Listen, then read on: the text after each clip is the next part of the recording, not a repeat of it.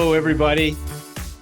This is Greg Kuhn, your intentional manifesting coach, and I'm welcoming you back to another episode of my podcast/vodcast series called Change Your Beliefs, Change Your Life, in which I'm walking you through the latest use of my belief raising process.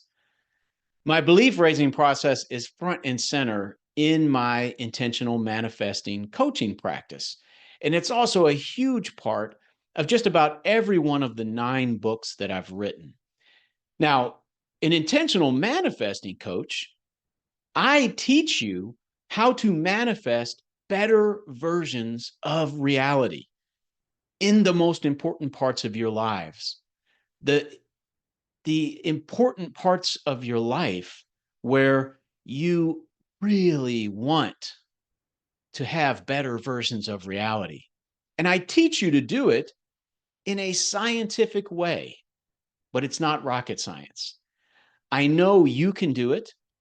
I've seen so many people do it. I've coached so many people to do it. I've heard from so many people who have grown their beliefs into alignment with their desires. And in so doing, have been able to manifest better versions of reality in some of the most important parts of their life. This particular series on Manifest the Big Stuff is about me growing my beliefs about the statement, I am God, which is something that I was told by the gifted spiritual teacher and channeler, Franco Romero, last spring. I realized that although I believed what he said, and certainly I knew that he wasn't telling me that I was the one almighty God as written about in religious texts. Well, I knew what he said was true. I write about what he says. I talk about what he said. But I also knew that I wanted to grow my beliefs surrounding that statement. So I put to use my belief raising process. My belief raising process takes advantage of, and if you're listening to this instead of watching, I'm holding up my emotional reference chart, which is an ascending list of emotional states that I based on Abraham Hicks' emotional guidance chart. The process to grow our beliefs into alignment is actually very straightforward and kind of simple. The first thing you do is write about how you really feel about something. And after you do that, you find the emotional perspective that best matches what you wrote. In my case, when I first wrote about how I really felt about the statement, I am God, I realized that I was at emotional perspective number 16, which is worry and nervousness. I was worried about it and I was nervous about it. And if you've been participating in this Manifest the Big Stuff series, you've heard me talk about each writing session that I've done, as well as how I have lived my way into each new emotional perspective, because that's the way this belief raising process works. Very simple. All you do after you've identified your starting point on the emotional reference chart is you look at the very next emotional perspective on the chart, which in this case for me, when I began, was frustration and aggravation. Now, all I do then is I ask myself my writing prompts. What would my life look like and how would it work for me to feel frustrated and aggravated about the statement, I am God, rather than worried and nervous? Each tick up the emotional reference chart is so slight, it's so minor that your subconscious goes along on the ride with you. And that's the beauty of this process. After you write your way into the new emotional perspective, then you simply live your way into that new emotional perspective. You live and manifest this part of your life according to the writing you've just done. The improvements are real. Each new emotional state is slightly more empowering. It is slightly more aligned with your desires, and it is engaging you in your own solutions a little bit more. It's a little more proactive, but not a quantum leap. It is not such a leap that your subconscious recognizes the emotional dishonesty of prototypical positive affirmations. It recognizes that you're being emotionally honest with it. And it's okay with the slight improvements because of that. Over the course of time, it's all but assured. You're going to write and then live your way all the way up to the highest emotional perspective of love and ecstasy. And you will be manifesting this part of your life in a way that authentically elicits love and ecstasy, one step at a time. Because the beauty of this process is that your beliefs grow with each step up the emotional reference chart.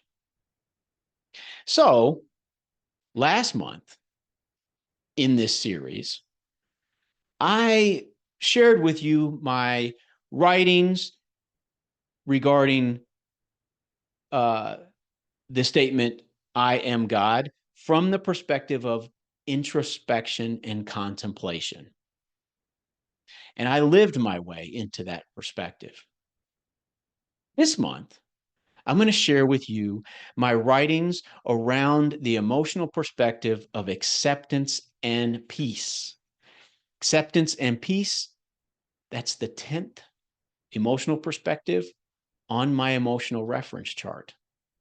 And of course, it's also the first one that we could say is explicitly a positive emotion, moving up from introspection and contemplation.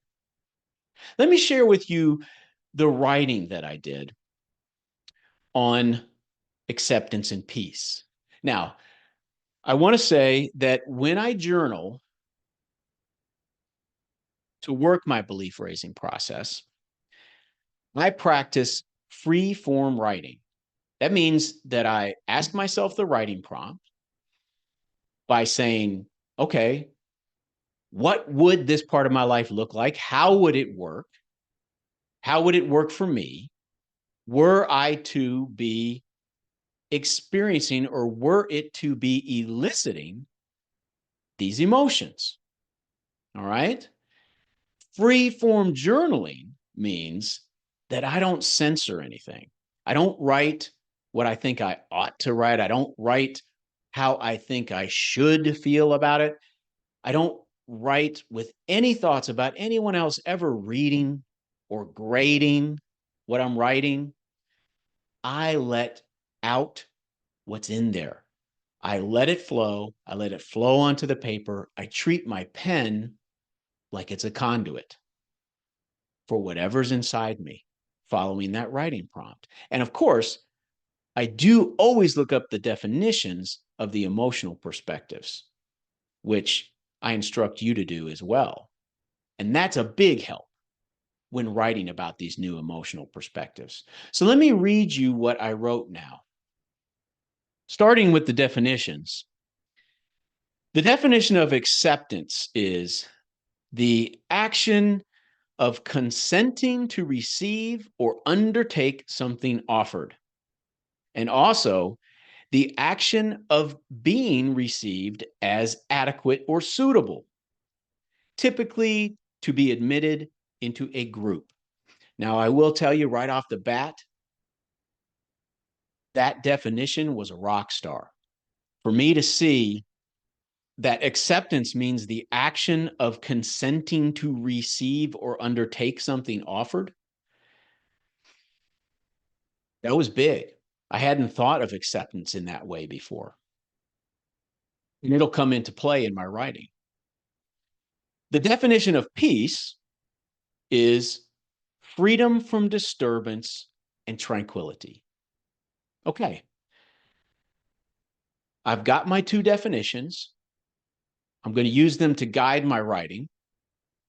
And I've got my writing prompt. What would I am God as a true statement look like and feel like, and how would it work for me to be experiencing and feeling acceptance and peace surrounding that? And that's what I'm attempting to write myself into. So let's listen to what I wrote. I'm not chomping at the bit to do this based on my questions about it. Namely, do I have to surrender the good stuff, the constructs that work for me and make my life successful, fun, and fulfilling? I don't know that that's required. It doesn't seem like it has to be, but I don't know for sure.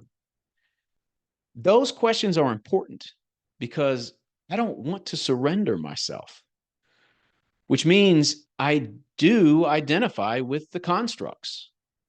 Losing the constructs, any of them, whether they work for me or hurt me, is losing myself at this point.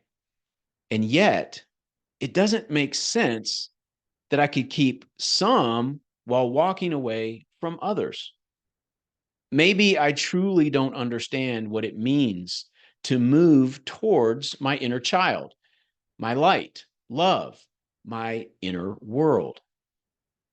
Maybe I don't understand what it means to see through constructs and still exist here as a successful, happy human. And certainly, I don't understand what it's like to live with constructs, if that's even possible, nor if that's even necessary. Bottom line is that I'm not at an emotional perspective where I can see and understand this in a way that's encouraging, let alone makes sense. Fortunately, all I'm tasked with here right now at this perspective is to consent to receive and undertake this journey. It's peaceful to embrace that I don't have to know all about this journey from here, that I don't need to know what will happen and how it will work. That's not even something I'd want to put together from acceptance and peace, not when higher perspectives are ahead. Do I consent to receive these instructions? Do I consent to undertake reunion with my inner child? Those are the questions here at acceptance and peace, which actually do make me feel at peace to not have to know all about it and how it will occur. To allow myself to receive the love, mastering duality, for me, requires me to become much more familiar with my inner world. Mastering duality doesn't mean perfection. Duality erases the possibility of perfection because it creates distance and time. Mastering duality allows you to manifest and engage with reality. Growing your ability to do that is as much an inward journey, if not more so, than an outward one. It makes your life better right now to master duality.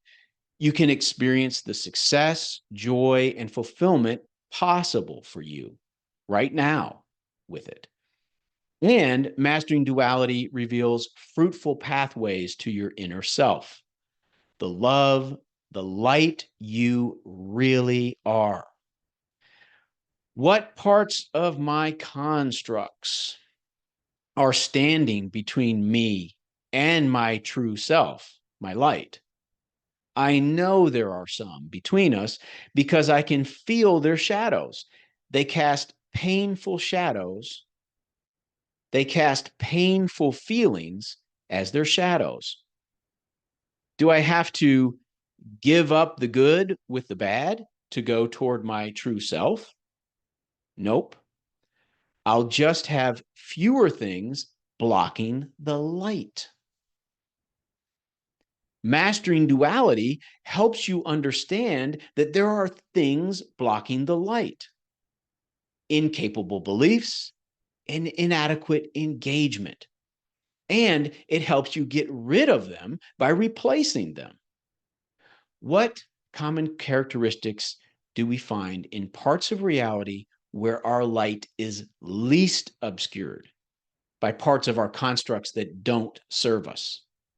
Well, formative evaluations, not summative ones, no ultimatums, just learning, growing, and change.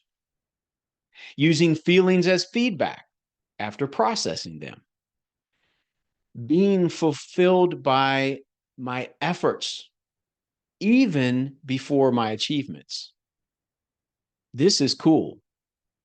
Okay, I will undertake this journey to my inner child, my inner light, to love. Why not? Is the last thing I wrote. And as you heard from that writing session, those definitions proved incredibly handy, which is very often the case when working this belief raising process. Looking up the definitions before writing about them is incredibly helpful in identifying ways of seeing not only the emotional state, but myself and the world around me.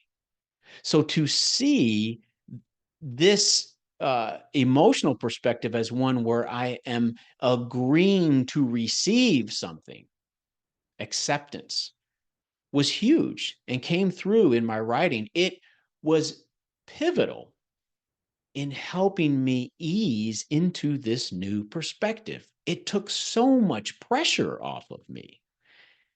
In fact, it started to make manifesting this part of my life much more fulfilling because I could truly see for the first time that this was going to be an inward journey, a completely inward journey. And while I knew that logically before I ever started working the belief raising process again, there's a real difference between intellectually understanding something and knowing something through practice, knowing something in the core of our being. It's the difference between pitching a tent and building a house. And when we work the belief raising process, we're building a house in each new emotional perspective. And in this case, as you heard in my writing, some very pivotal things emerged. I talk daily and reference daily the obstruction metaphor. That's a keeper. And it came out of this writing.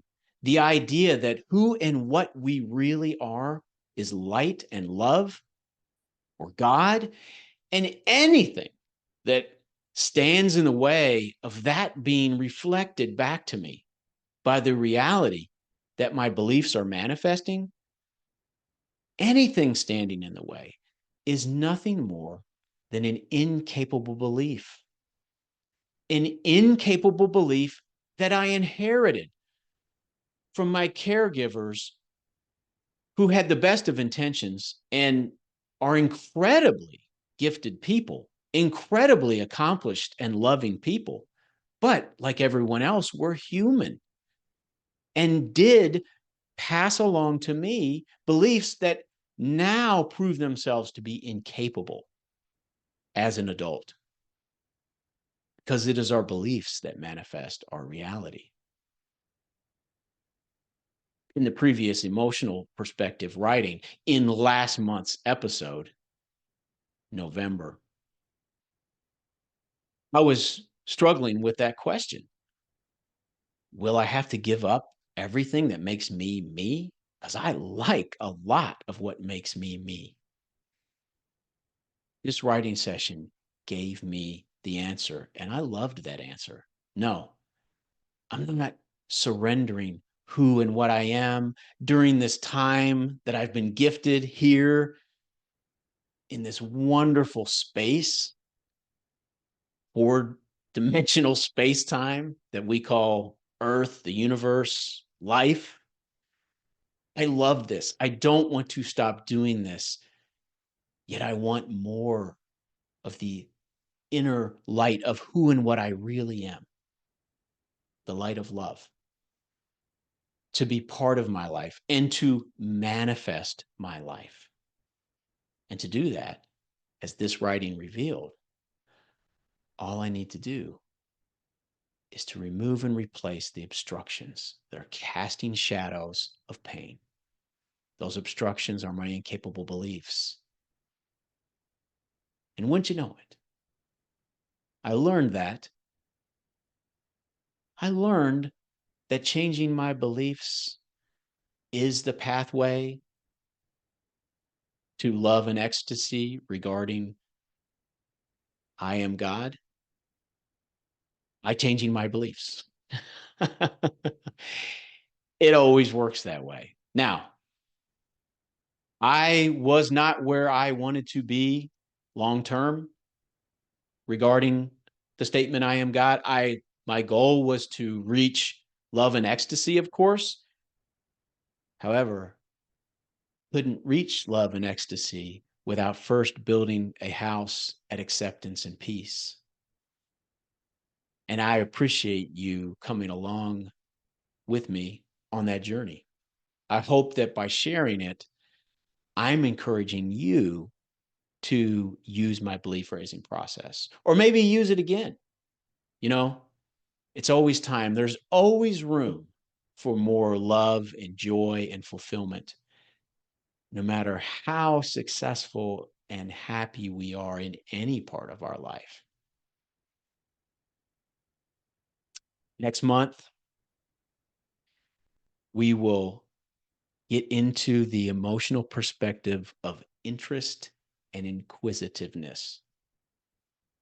And I can't wait to share with you what came out of that. In the meantime, please keep learning, growing, and changing. Keep believing. Keep manifesting. I will do likewise.